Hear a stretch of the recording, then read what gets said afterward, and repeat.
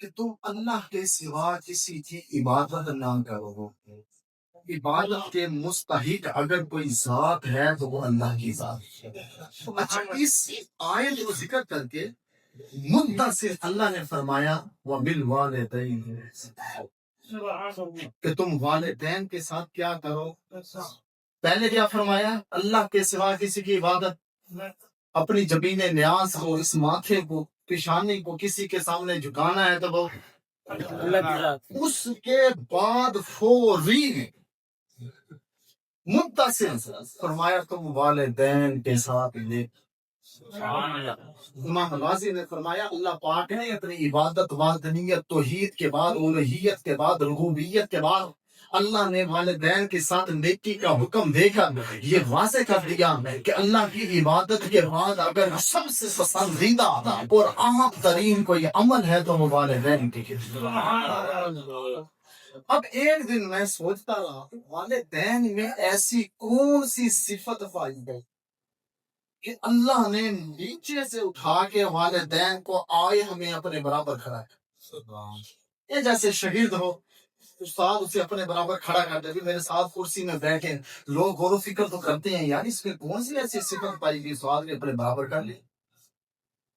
اب اللہ کی عبادت، وحدانیت، ربوبیت کا ذکر آ رہا ہے لیکن اللہ نے برابر ہے، برابر بالکل والدین کا ذکر کر دیا.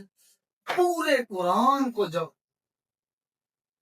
تم دیکھو ایک آیت ملتی ہے جس میں اللہ نے والدین کے منقبے ایک سے کیا پائی گئی، ایک سے. اب صفت کیا تھی؟ اللہ نے ارشاد فرمایا قل رب ارحمہما کما ربیانی. اللہ نے فرمایا اے محبوب آپ اس طرح فرمائیں کہ اے اللہ تو رحم فرما میرے والدین پر جیسا کہ چھوٹے ہوتے انہوں نے میری تربیت. تربیت، رحم فرمائے میرے مولا. اللہ اپنے محبوب کو تعلیم فرما. اس طرح دعا مانگے اے اللہ تو میرے والدین پر رحم فرما، جب میں چھوٹا تھا نا انہوں نے انگلی پکڑ پکڑ کر میری تربیت مجھے سکھایا. اب پورے قرآن میں چیلنج، والدین کی کوئی صفت نہیں سوائے ایک صفت پائی. کیا پائی گئے؟ ایک صفت. اس ایک صفت تربیت کی اہمیت کا اندازہ لگاؤ کہ اللہ کو صفت تربیت اتنی پسند ہے کہ اللہ نے والدین کو نیچے سے اٹھا کے اپنے برابر کھایا. آپ بھی اس سے غور و فکر کرو کہ اولاد کی تربیت کتنی ضروری، کہ رب کو تربیت کتنی پسند. اب جب اس میں غور و فکر میں نے کیا تو یہ جو صفت تربیت والدین میں پائی گئی یہ بھی کامل نہیں، ناقص.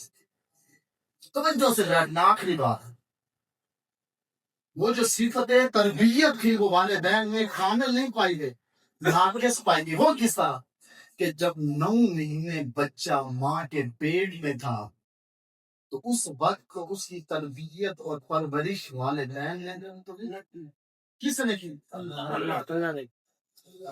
والدین نے تو تربیت اور پرورش اس وقت کی جب وہ پیٹ سے باہر آیا، کپڑے بھی پہنائے، ادب بھی سکھایا، روٹی بھی کھلائی، دودھ بھی پلایا، ساری تربیت کی. جب 9 مہینے پیٹ میں تھا تو پھر والدین کا تو بس سے. اب صفت تربیت تو پائی گئی والدین میں لیکن وہ تربیت کامل نہیں تھی، ناقص تھی. تو اس وقت تک اولاد کی تربیت کو پرورش دیکھ بھال کر سکا جب وہ ماں کے پیٹ سے باہر آیا. جب ماں کے پیٹ کے اندر بچہ تھا اس کی تربیت و پرورش کرنے والا کوئی اور نہیں وہ اللہ کی ذات تھی. یہ صفت تربیت والدین میں ناقص پائی گئی لیکن رب کو پسند اتنی تھی کہ نیچے سے اٹھا کے اپنے برابر کرا. ایک صفت پائی گئی. کتنی صحیح میرے ساتھ بولو اگلا نقطہ سمجھ آ گیا. کتنی صفت پائی گئی؟ اور وہ بھی اور جس کے اندر ایک صفت پائی جائے وہ بھی ناقص پائی جائے اللہ نیچے سے اٹھا کے اپنے برابر کھڑا کرتے. وہ محمد مصطفیٰ جو اللہ کی ذات کا بھی مظہر ہے, جو اللہ کی صفات کا مظہر ہے, تو رسول اللہ کا نام اللہ کے نام کے برابر دکھا کیوں نہیں؟ رسول اللہ کا نام اللہ کے برابر لکھنا یہ تو شرک ہے. اور جب صفت ناقص میں اللہ والدین کو اپنے برابر کھڑا کر سکتا ہے, رسول اللہ کی ذات کا وہ ہے. حضرت شیخ عبدالحق محسن دہلوی نے فرمایا کہ حضور وہ ہے جو اللہ کی ذات کا مظہر ہے. جن کے اللہ کی ذات کے جلوے کو دیکھنا ہے تو مصطفیٰ کو دیکھ لو. فرمایا رسول اللہ کی صفات کا بھی مظہر ہے. اگر تمہیں صفت رحیمیت کا مظہر دیکھنا ہے تو مصطفیٰ کو دیکھ لو.